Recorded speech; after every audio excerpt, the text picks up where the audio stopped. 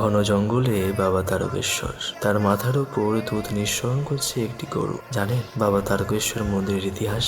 আনুমানিক ৩০০ বছর আগে রামনগর নামক এক গ্রামে এই ঘটনার উৎপত্তি। বারাণসী থেকে এই গ্রামে আসে কেশব হাজারি নামের এক ব্যক্তি। তার ছিল দুই পুত্র, বিষ্ণুদাস আর ভারমল্ল। তখন রামনগর সহ তারকেশ্বর ছিল আস্ত এক জঙ্গল, যা মুর্শিদাবাদের নবাবের অধীনে ছিল। কথিত আছে ভারমল্লের বিশাল গোশালা ছিল একটা অলৌকিক গরু, নাম কপিলা। সে বাগিদের তুলনায় বেশি দুধ দিত।